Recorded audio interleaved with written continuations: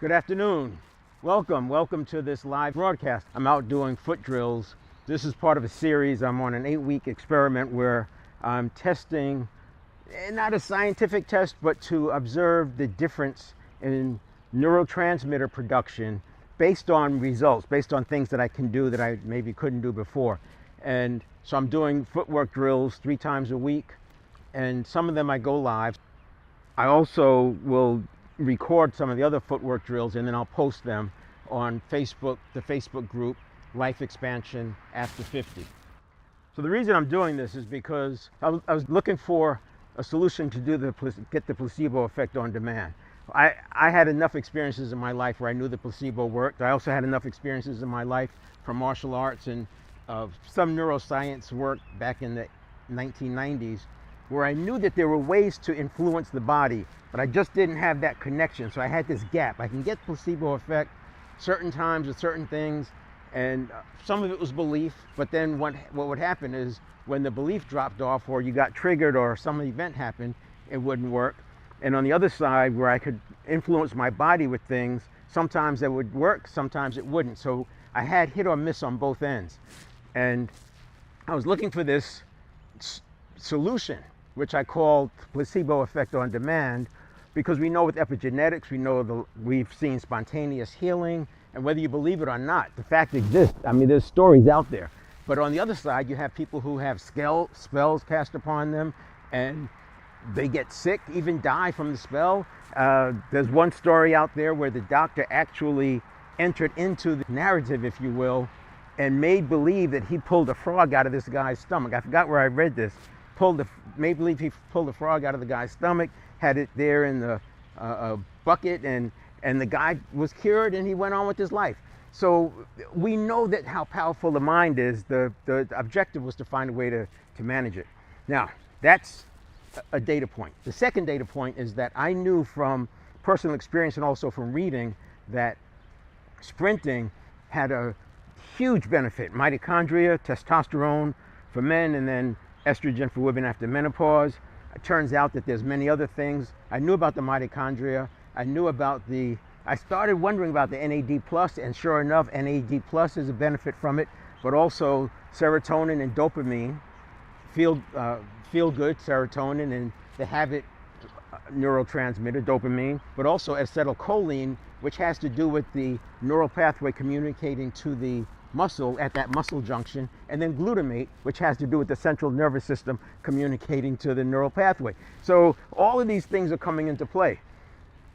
I was getting back into sprinting, and I started looking at footwork drills to prepare myself for sprinting, because I didn't want to get hurt. I've been there enough. I've learned to respect sprinting. Sprinting is such a violent activity when you're looking to improve your time. It's okay if you're just out doing casual sprinting, but when you're trying to beat your last time, it gets violent. And when you pull muscles and you pull, these injuries last for weeks, if not months. So I wanted to respect that, and I also wanted to get faster. I want to get my sprinting speed down to where it was 5 years ago. And 5 years ago, it was actually close to what it was in my 50s. So it's a pretty tall bar. It was a pretty tall ask for me to do.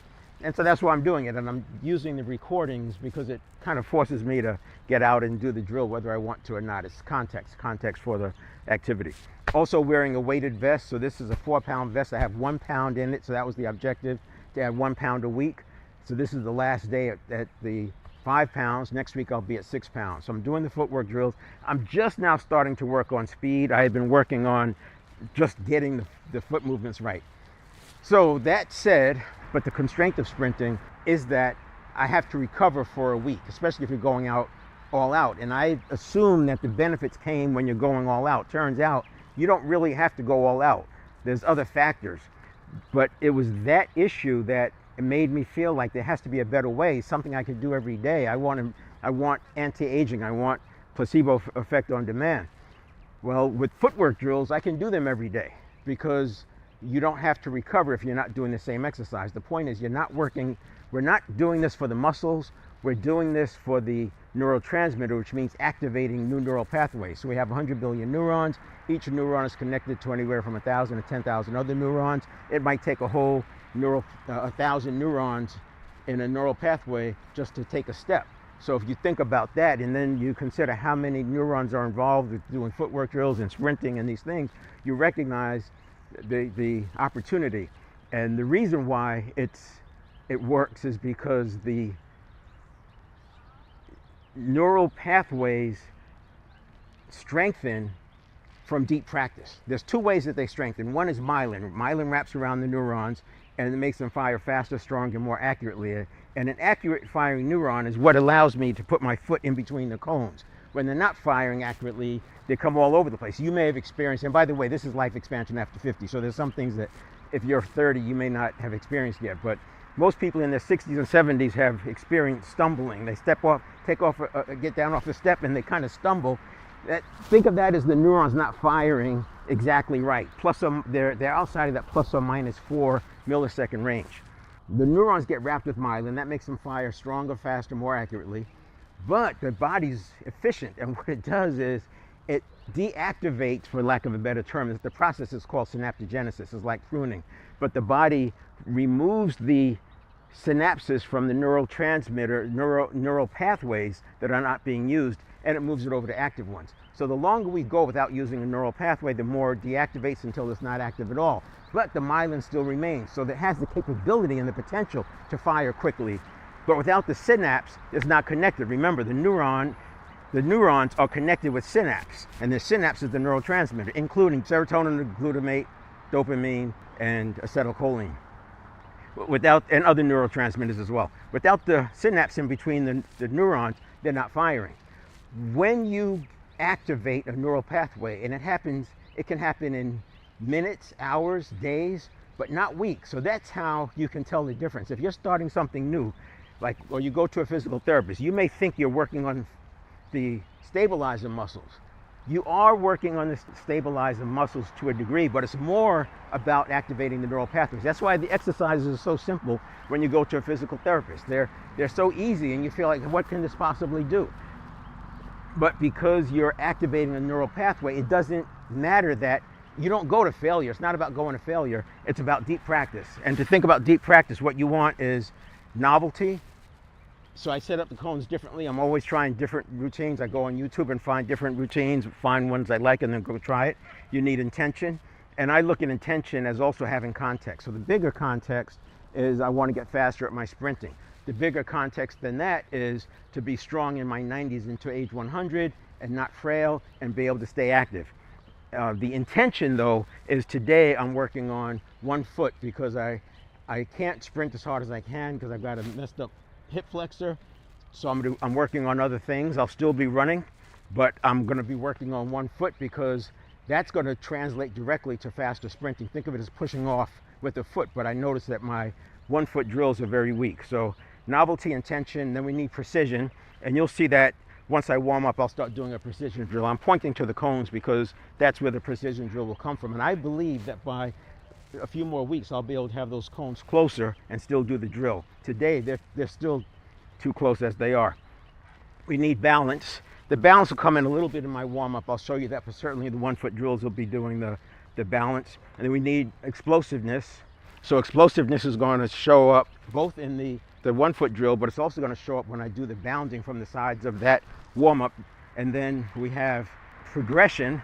So progression is getting harder. That's why I add a weight, 1 pound every week. But I'm working on more speed, and I do have a timed course. I have a couple of timed courses where I set them up the same way, and that's only once a week where I set up the course the same way. And I'm doing this. I want to meet last week's speed with the extra weight. And so far that's working out. And I won't go to the next weight if I can't get back to my speed range for that particular course. It's 40 to 45 seconds is the range I want to be in. My baseline time is 42 seconds. And then the last one is struggle on the edge of ability. And so I'm always struggling on the edge of ability. I'm always adding something or switching something up just to struggle on the edge of ability. So those are the 7 factors. I'm doing it having to do with footwork. But if you look at the broader topic of anti-aging, it doesn't have to be footwork drills. It doesn't have to be anything strenuous. It could be walking up the stairs. It could be getting out of a chair. It could be doing wall squats. It could be walking backwards. It could be on a treadmill going sideways. Now those all are exercise, because I can't give you a pass or not. I'm not going to give a pass for not doing exercise, because the lymphatic fluid cleanses the blood, and that's one of the deals that we have to work with. And I'll talk about it next week when we do the physical area. Today I'll talk about the mental area at the end of the footwork drills. I'll talk about the mental area of the 7 fitness areas framework: mental, physical, spiritual, emotional, relationship, professional, and then financial. But we've got to get the lymphatic fluid moving, because it doesn't have a pump, and we have to have clean blood. We have to have nutrients that get to the organs, and if the body's working too hard to get the blood to the proper pH, which is something like 7.35 to 7.45, if the body has to work too hard to get the blood to that pH level, then we're creating inflammation and oxidative waste, and inflammation is a problem. By the way, footwork drills reduce inflammation. It's so much that comes out of this footwork drills and sprinting. But if you just, maybe like art, painting different things, going to a different, I go to different parks. That's novelty. You can, if you like art, you can go paint at a different park. You can paint in a cityscape. If you don't do any of those things, drive your car to a train station and get on a train and go somewhere different. Just go through that process. One of the things I started doing is I ditched my rollerboard when I'm at the airport. I carry a backpack. I wear a backpack and carry a shoulder bag. The logic was that I'm not going to build any muscle carrying this bag, so what's the point? I'm not going to do this like reps, or it's not exercise, so why am I going to go through that? But once I learned that I'm triggering and activating neural pathways, now I carry the bag, and I take the stairs. So I'm forcing my body to flood. I want to flood my body with neurotransmitter, because that's what we do in reverse as we age. We stop putting a demand on ourselves. The central nervous system is looking to be efficient. It stops the neurotransmitter production, and next thing you know, you can't do this and you can't do that. And that's a powerful understanding. When I got it, it's no problem to come out here doing footwork drills, and I make it like play. In fact, there's a term called fartlek, F-A-R-T-L-E-K. It's a Swiss word for speed play. But you can apply the thinking of the novelty, intention, precision, balance, explosiveness, progression, struggle to anything you do. You could even do knitting and stand on one foot while you're knitting, and that's balance. And then the precision, you could do different stitches, right? You could go learn recipes. You can cook. You can put one foot up while you're cooking. That's balance. What's interesting is the Eastern arts, the martial arts, they had it right. They didn't have the brain scanning tools that we have available to us today to understand why it worked. But something as simple as turning a doorknob and you may Karate Kid, wax on, wax off, right? But turning a doorknob with precision, just turning it, and like I'm going to turn it exactly 90 degrees. That's adding precision. What that does, the whole struggle, deep practice, without going too deep into it, you can read the book Grit by Angela Duckworth or Talent Code by Daniel Coyle. They get into deep practice and different perspectives on it. But the idea is that it's telling the central nervous system that this is important, and the central nervous system activates those neural pathways. That's why if you've been martial arts, or you like sparring or whatever, and you train with somebody who's done internal strengthening exercises, sometimes when they block you, sometimes their limbs feel like steel. And imagine like in Tai Chi, it's like, what is that? They're not doing anything. Well, they're doing a lot, because they're activating neural pathways along that entire range of movement. Same thing with yoga. Yoga gets to all of this, but if you do practice yoga, I would suggest always working on something different. Don't get into a routine, because that's the other side, is that the body wants to get to a routine and make whatever you're doing stasis. So it's very important to always add some progression into it, mix it up, keep going, because we want to keep activating more neurons. We want the central nervous system biased towards promoting more or creating more neurotransmitter. First, I have to warm up, and the warm up is just like anything else. You start off slow, just getting my feet moving. Notice how I'm feeling.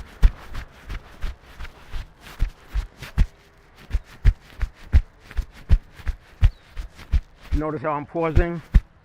It's giving me a little bounce. So that's nothing there. The precision comes because I'm working on putting my foot between the space. Now I'll do a little bit faster and add a step off at the end. So instead of pausing like this pausing, I'll push myself off. I might step out a little bit further.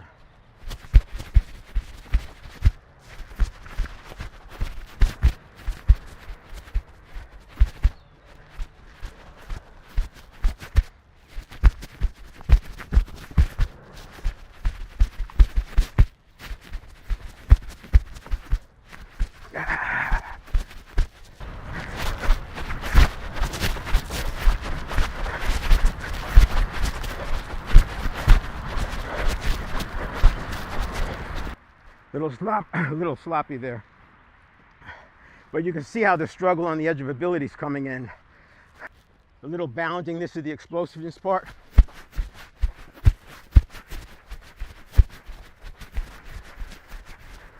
A couple of other things that happens. So normally, if I was doing real footwork drills for sprinting, I would be recovering more in between each exercise, because getting this much out of breath is going to have an impact. Plus it's maybe like 100 degrees today. I'm spiking the breathing.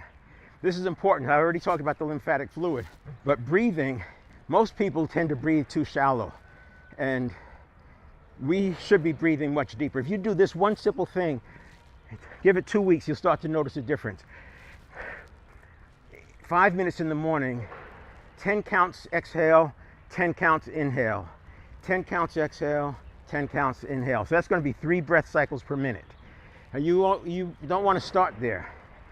And this will also demonstrate for you how this progression works, how they're activating neural pathways. If you just right now tried to do 10 counts in, 10 counts out, like so.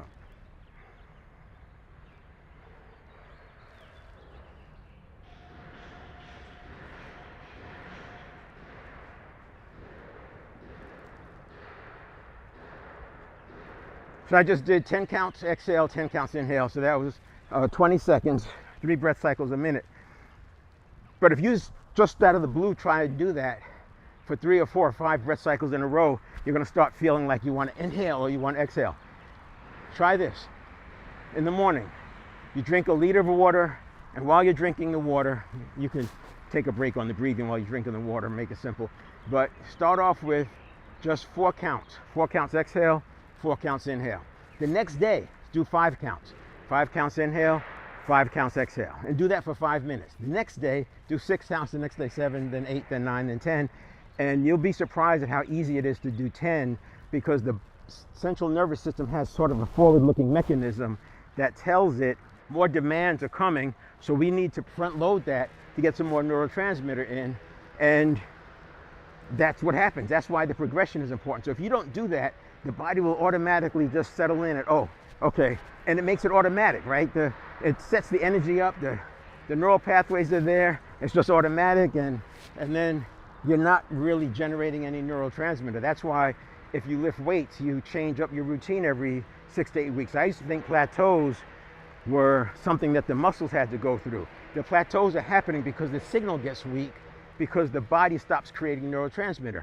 If you change up your routine, the body's going to generate more neurotransmitter. So here's the other part of the warm-up. You saw what I was doing before.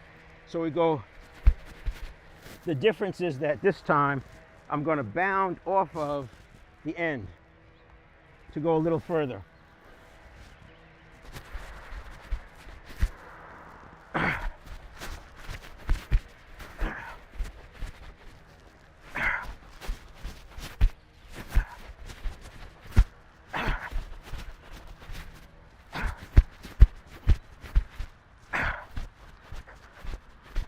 So that starts to get some explosiveness in there.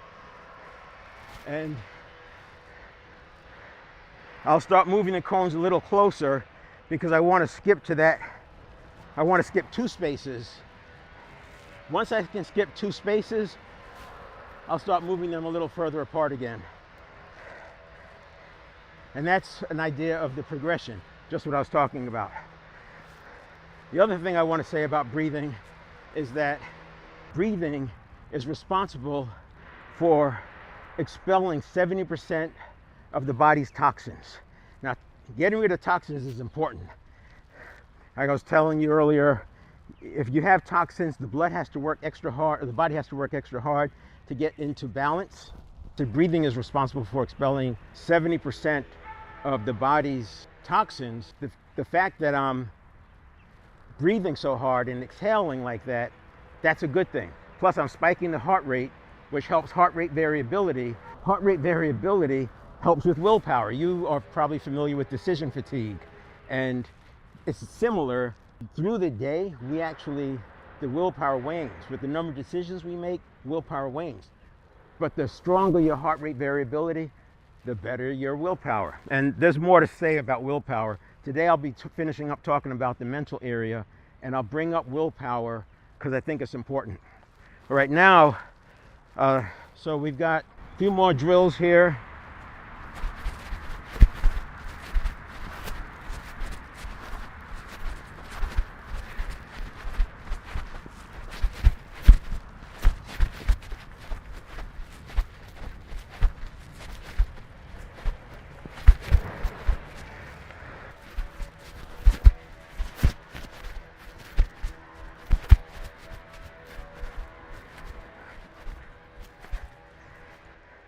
Little improvisation there.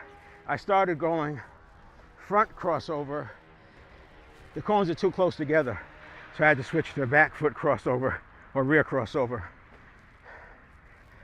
Now, I covered a lot of ground. I want to emphasize I'm doing this experiment using exercise footwork drills. I'm sprinting once a week, doing footwork drills 3 times a week, doing heavy lifting 1 day a week, and then some other exercise, and then all taking a recovery day after sprinting. I want to emphasize it doesn't have to be about this kind of exercise. If you find yourself using the arms of the chair to get up, you can use progression there. Start activating new neural pathways.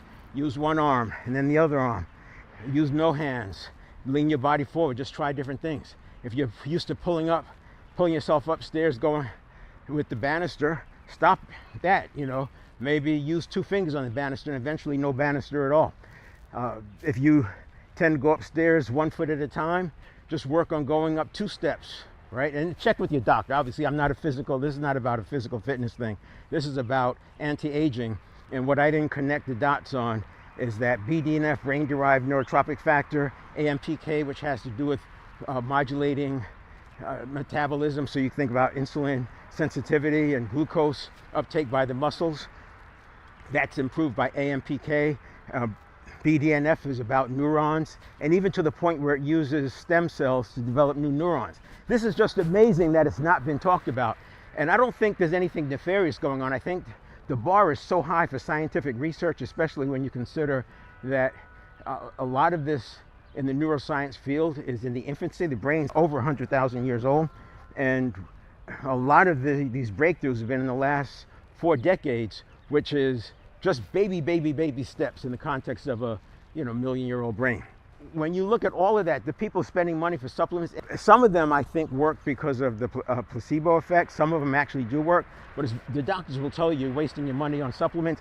I don't necessarily have that position, but I do know that the acid in the system is so strong that it's hard for supplements to survive long enough to get through that. But the other thing is the body's going to get what the body needs, and it's going to extract the nutrients. If you're eating clean, the body doesn't have to work so hard. You're going to have less inflammation, less oxidative waste, and more nutrients to go around. But it's going to get what it needs, and that's, I think, why the supplement argument is there, because if the body gets what it needs, you can eat garbage and still get but it's at a price. I did say that I change up the footwork drills every time, but this one I would say is pretty much of a staple. That one's a staple, and so is the one I did with the warm-up. But I do mix it up, and I do mix it up within the context of the drill. So this drill here is the basic 4-cone drill. You might see back, and then you could cross with shuffle, sprint forward. You could cross with shuffle, or you could cross with rear foot crossover. You can cross with front side crossover. But I'm going to do a variation, and this is one of those that I will need to recover. So it's an X drill.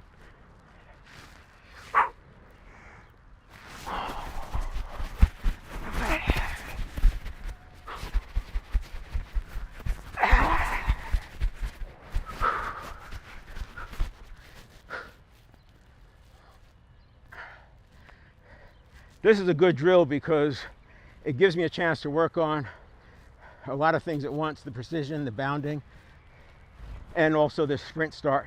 So a big part of sprinting is the start. Normally sprinters have their feet in the blocks, and they're able to push off with both feet to get going.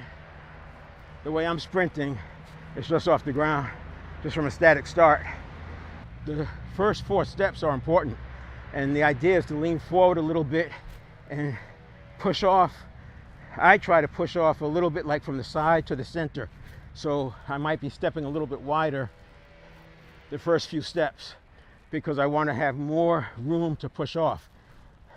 Think about it as torque at the beginning and horsepower in the middle and the end. And then I'll introduce another drill now that I'm starting to work on speed to get myself tired.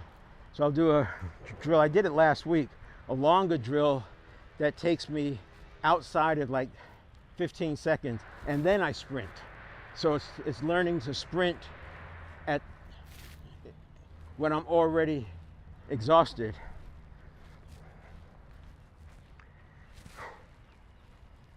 All right, let's do this again.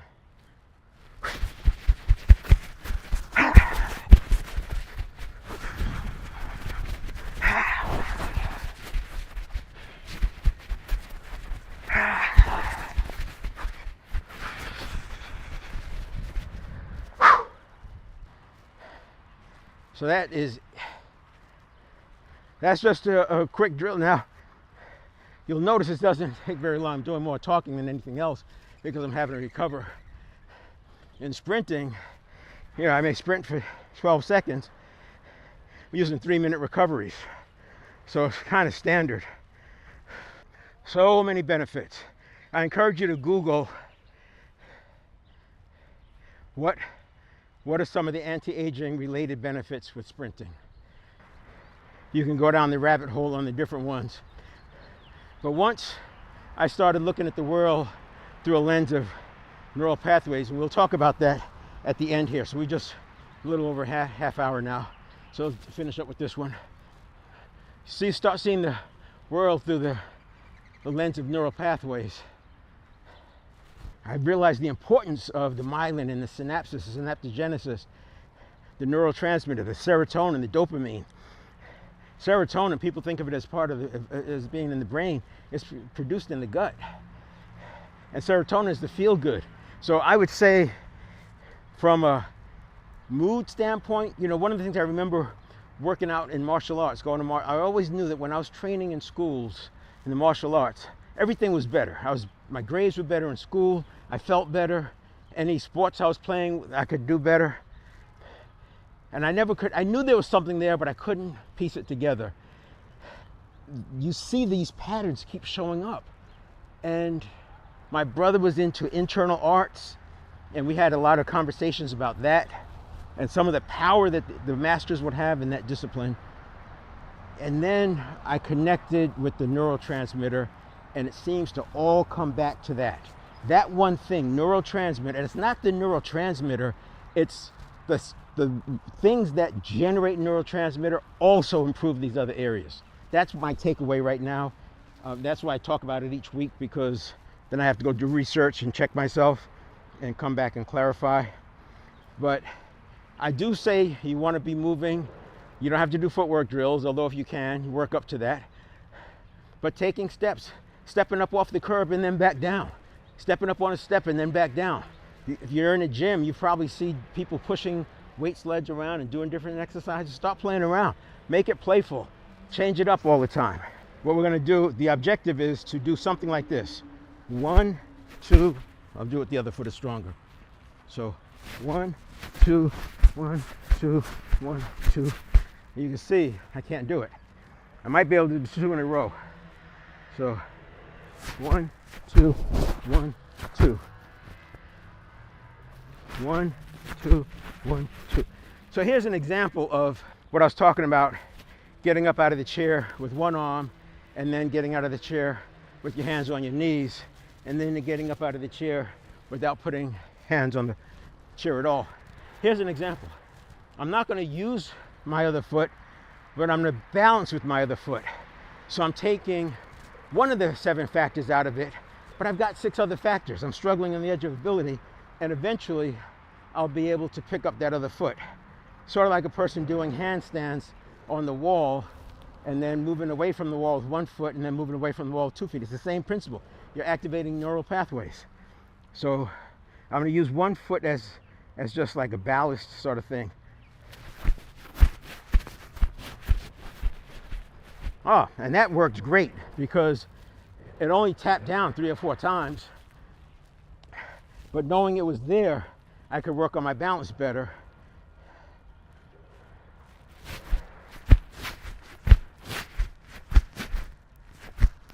Nice. And that's, again, it's art, a little bit of science, a little bit of art, making it up as I go, trying new things. But that right there is a game changer, because now all my 1 foot footwork drills, I can use that until I don't need the crutch. Nice.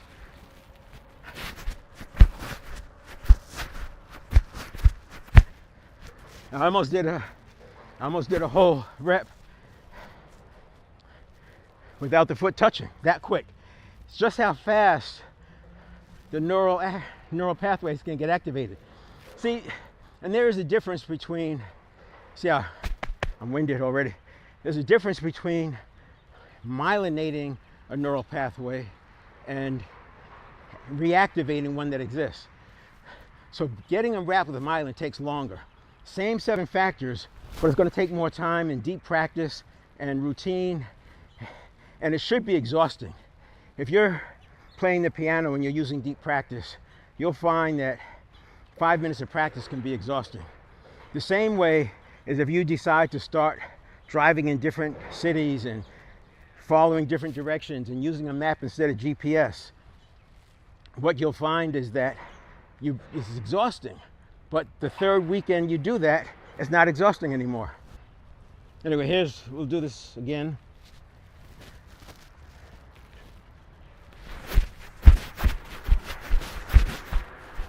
Let's try it again. 1.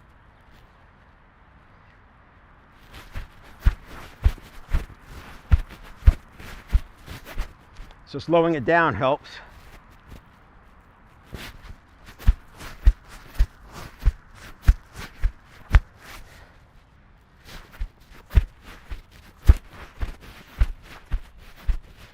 All right, that is it. This next part of the conversation is the 7 fitness areas. That's my framework I use as a coach to help people through making the shift from have do be to be do have. You may not realize or may not think about it that way, but if a person is not happy with their results, their outcomes relative to inputs, or their outcomes relative to intentions, there's some way that's breaking down in these 7 fitness areas. So it's mental, which is what I'm talking about today. I'll do part 2 today. It's physical, the blood, the oxygen, health, lymphatic fluid, getting rid of toxins, making the body work, setting up so the body doesn't have to work so hard for toxins. The spiritual area, that's going to be awareness and helping you gain control of the powerful present moment. And then we have emotional.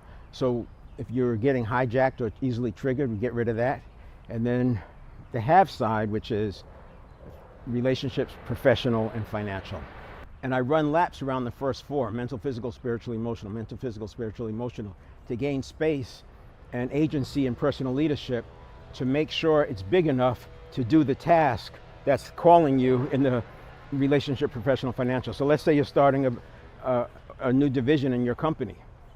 You're gonna have to step into a new identity to do that. And that's where we do those laps.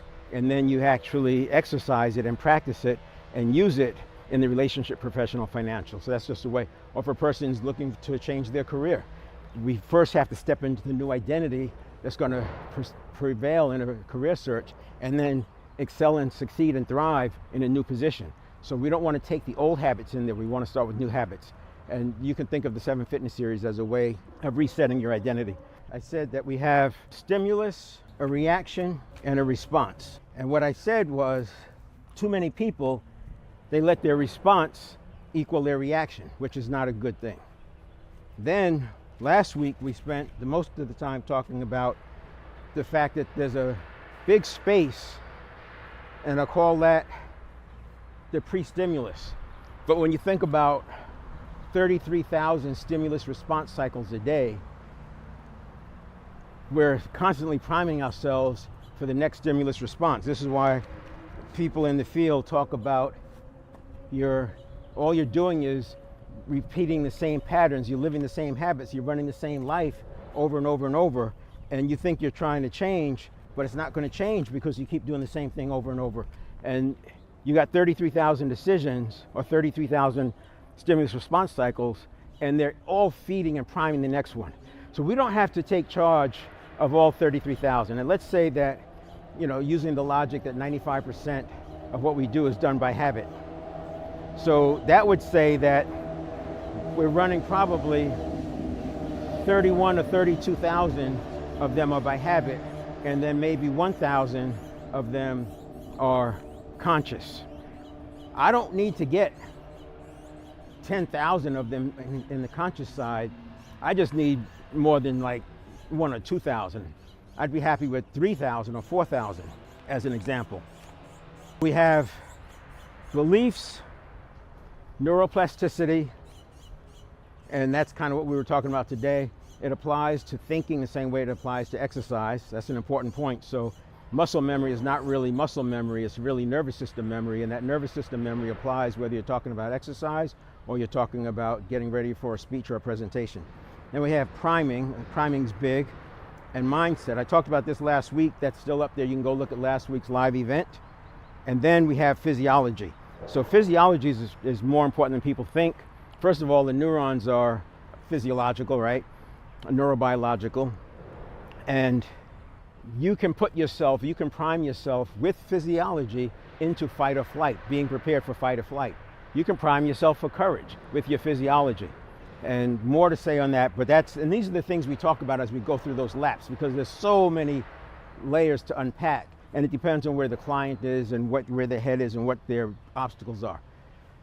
But when I talk about this today, instead of thinking about yourself, if you maybe think about somebody that you know, somebody who has challenges with things that they're doing, and then see if it resonates. So we have beliefs, neuroplasticity, priming, mindset, and physiology, right? We have our pre-stimulus, state of mind, state of being. So there's cognitive state of being, there's a physiological state of being. So if I'm already carrying a posture of depression and I'm sad and I'm walking around, woe is me, and I get hit with some negative news, I'm already set up to go into fight or flight. So we want to watch our physiological state of being. And then we have a stimulus. And that stimulus generates a reaction within a quarter of a second.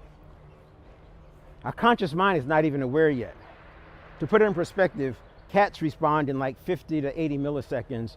A quarter of a second is 250 milliseconds. Dogs are about 150 milliseconds. And athletes can get down to that 150 milliseconds because they're constantly training. You see them doing the different speed exercises, reaction drills. And then a quarter of a second later, the conscious mind comes online. We have a choice, but we don't realize we have a choice because it happens so fast. We could choose to disregard what the subconscious is telling us and go with what the conscious mind wants. But too often we let the response equal the reaction. And this is what we're going to talk about today. I'm assuming that we have the ability to get ourselves into a physiological and a cognitive state of being that's appropriate to deal with the challenges that come to us in the day.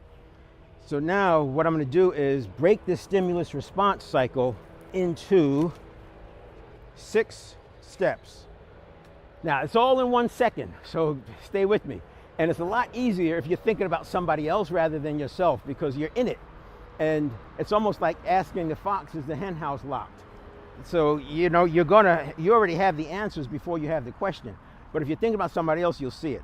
Right, so we have a stimulus, then we have a reaction, that's a quarter of a second.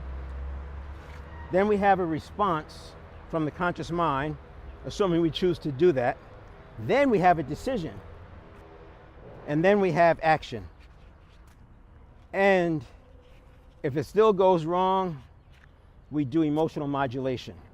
So there's your 6 steps. Now these first 5 can all be inside of a second. The emotional modulation step is more like another 90 seconds. This is the mental area, and it's not all of it, but I go through the mental area over and over and over. It just depends on where the person is getting stuck and why they're getting stuck. And it's like I'm peeling an onion, because we can get it solved in one area at one level. Like a person is in sales and they get it hammered and nailed down, they got it going, and they get promoted, and now they have to sell to groups, and selling to groups has more challenges, and then we have to go through it again. Because it's a different identity that's needed. It's different steps that's needed. It's different habits that are needed, habits of thought. And we have to also get past the fight or flight, the fears, the anxieties. So stimulus comes in. Think about somebody who's struggling with where they are, and they're stuck, and they're trying to make it work, and they keep running into a brick wall. Think about that person.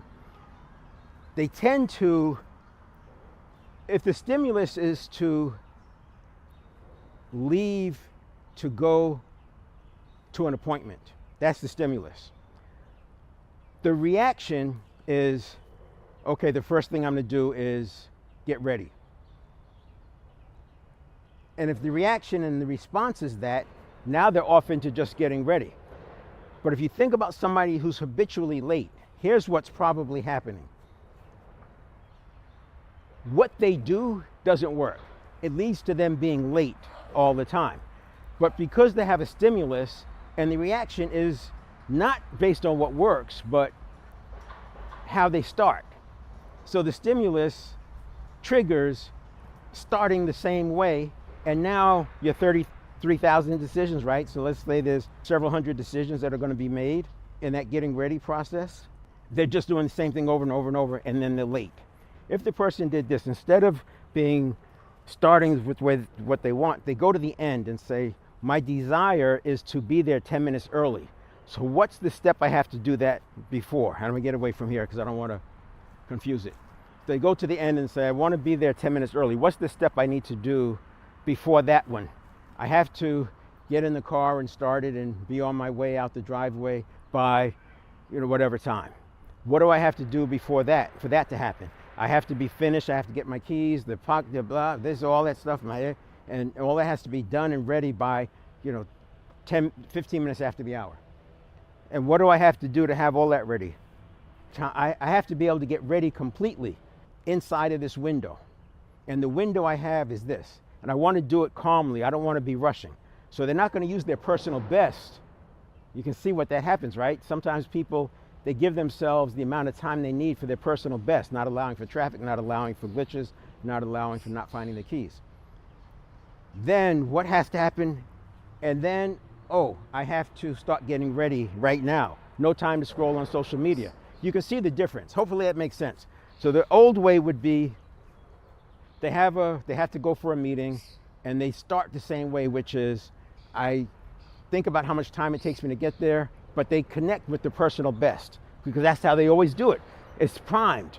33,000 decisions. We're doing the same decision over and over. They make the decision based on my personal best. It takes me 27 minutes to get there. So that's how much they give themselves. And they say, I have to leave by 9:33. Things always happen. Now, if you go to the end, in that same example, they go back and say, we want to get there 5-10 minutes early. They start coming back. What do I have to do to get that? What do I have to do to get that? What do I have to do to get that? Now, it's no longer leaving at 9:33. It's now leaving at 9:10 or 9:15, and which means they don't have the time to scroll on social media. They don't have the time to lollygag. They don't have to have time for a second cup of coffee, whatever it is. That's just an example to start painting some pictures. Again, not directly related to this illustration I'm doing now. This illustration is stimulus, reaction, response, decision, action, and then if needed, emotional modulation. So this whole first part is 3/4 of a second. From here to here is 3/4 of a second. This is an extra potentially 90 seconds if needed. In here is where the cognitive biases come into play.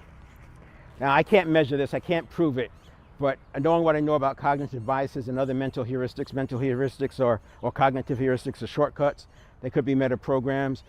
It could be, so you think about that person who's late all the time, it's almost like that whole thing has become a meta program. It's a a bundle of neural pathways that have fired in so often at the same time, the neurons that fire together, wire together, that becomes a meta program.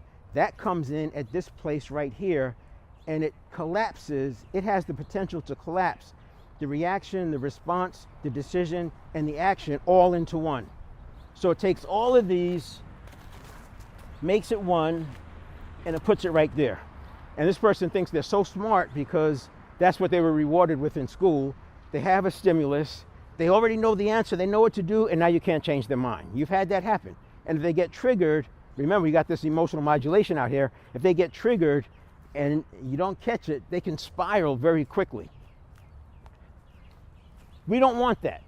And most of you have seen people where you walk around on eggshells, tiptoeing around on eggshells because you don't want to trigger them.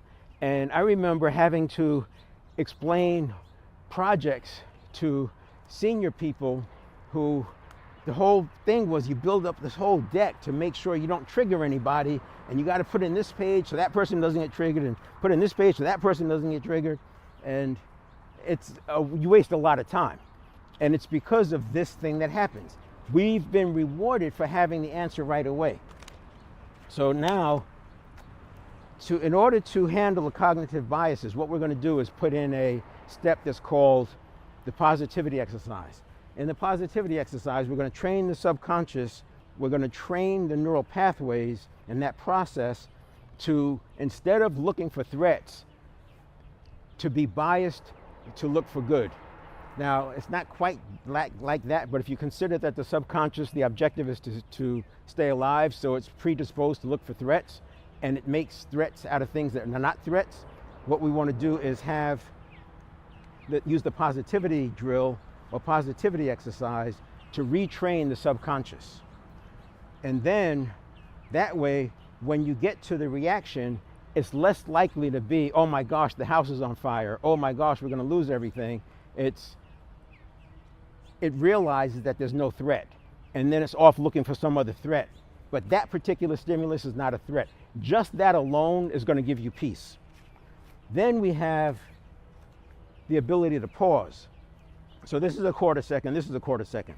And in this quarter of a second, we want to pause. But what happens is, if you're already triggered here, or you've already made your decision and it's collapsed, the response and the reaction is one, there's you can't pause. A pause is basically just reaffirming what you already believe and what you've already said or thought. So what we're going to do is now pause, but this isn't just a regular pause.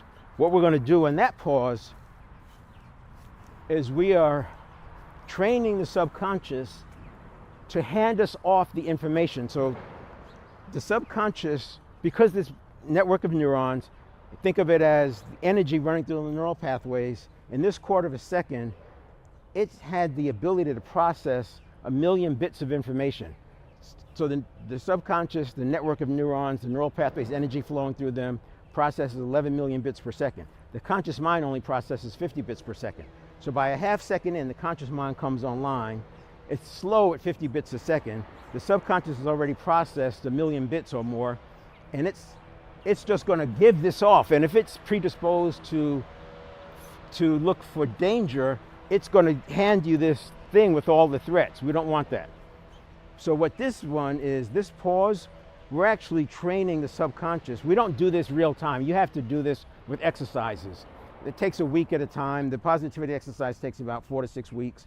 But you can do these other ones with awareness and just trials, just do reps. It's just like the footwork drills. You do reps with doing it perfectly with some deep practice.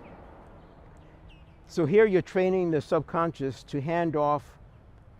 I like to think of it as the first step of problem solving is clearly define the problem. So first of all, it's not a problem, it's an opportunity, because we don't have the negativity, we've got positivity.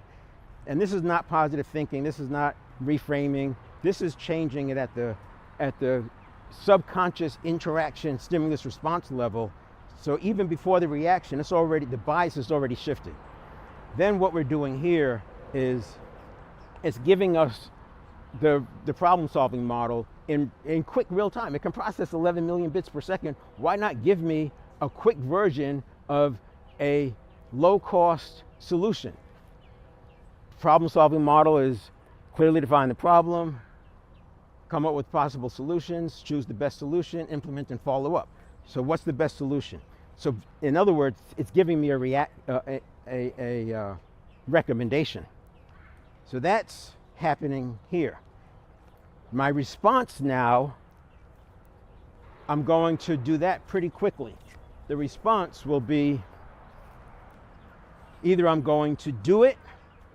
So out of my 33,000 stimulus response cycles a day, 30,000 of them I'll probably do exactly what the subconscious handed off, because habits are good, right? I mean, I don't want to have to learn how to brush my teeth every day. So habits are good. So 30,000 times I'll probably do exactly what the subconscious was recommending, or the network of neurons.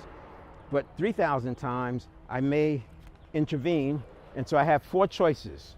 This is all happening. We're still not at we're getting to 3/4 of a second. This is happening so fast, but you're training yourself at the stimulus response level. So you're leveraging the 11 million bits per second that the network of neurons already has, and you're just leveraging that, but doing it by your design. I can do it, I can delay it, I can discard it, or I can delegate it. And delegate it could mean I'm going to have a meeting. It means I could give it to somebody else and give it to the attorney. I could just set it out to a project, make it into a project. That's sort of delay. And then we have the decision. So the decision becomes how to do it. So let me give you an example. Let's say that you're a salesperson who tends to get flustered when a person gives you a certain kind of objection. That's happening right here. So the decision, if you feel yourself getting flustered, you may need 10 seconds or so just to get yourself together. You might say, excuse me, man, I just need to check on something. And you get up and you leave the room. Or hold on a second, if you're on the phone, hold on, let me just check something. If you're on a Zoom call, let me just check something. You get up, take your deep breaths, you come back. That's the decision. Your decision is, am I going to go forward with it now? How am I going to implement it? So this was the action: do it, delegate it, delay it, discard it. And then here is how we're going to do it. How are we going to delay it? How are we going to do it? How are we going to discard it? What are we going to do? That's the decision. So these things could happen all at once, but I want to make it a distinction that you're actually deciding how am I going to implement it. Maybe the do it is you have to reprimand the employee. That could be the thing. Reprimand the employee is the do it. Well, the decision is how am I going to do it? So positivity, we get the handoff with the problem-solving model. We're going to have a response: do it, delegate it, delay it, discard it. And then we have the decision, which is the how. It's very easy for people to come up with the what, but if you don't also think about the how, we are often back into our primed automatic responses because we do what we did before. But the how should be a conscious thought. And there's my 1 second. So that is my 1 second. Now let's say that we get a little bit discombobulated, and despite all of that goodness, we still get a freak out. Now let's talk about this fight or flight for a moment. One of the reasons why people are so under stress is because the fight or flight can be like a switch, like an on-off switch, not a dimmer. And fight or flight, because it's at the survival level, we're prepared for a tiger on the Serengeti. Most of us don't have tiger level threats multiple times a year. We may have had a tiger level threat a few times in our life, but most of us are not having them every month. We're not having them every quarter, but yet the reaction of the body is to do that. So we don't want that. But it could still happen. You could still get triggered. Somebody says something a certain way, and now you're discombobulated. Your emotions are running crazy. And that's where we do the emotional modulation. And this is where you need to step away. So when we made that decision, the how, if we knew that this was a triggering event, we could feel the blood rushing up. We could feel the breathing getting shallow. We could feel the neck tightening. Don't wait. Don't try to suppress it, because if you suppress it, that's like saying, I'm not going to run from this tiger. I'm not going to run from the tiger. Your whole body's saying, run, run, run. And you're saying, I'm not going to run from the tiger. You're fighting against, it's a losing battle. Your body's going to win, and you're going to take off running. So don't wait. Say, you know what? Give me a minute to think about it. I just want to look at something. I want to think about something. Why don't we get together in 15 minutes? Come into my office, or let's hop on a call in 15 minutes. That gives you the time to do the 90-second emotional modulation. You handle with this by conditioning it in. You handle the cognitive biases, the heuristics, the metaprograms. So now we're not reacting out of just craziness. Because of the positivity exercise, we're not biased for threat.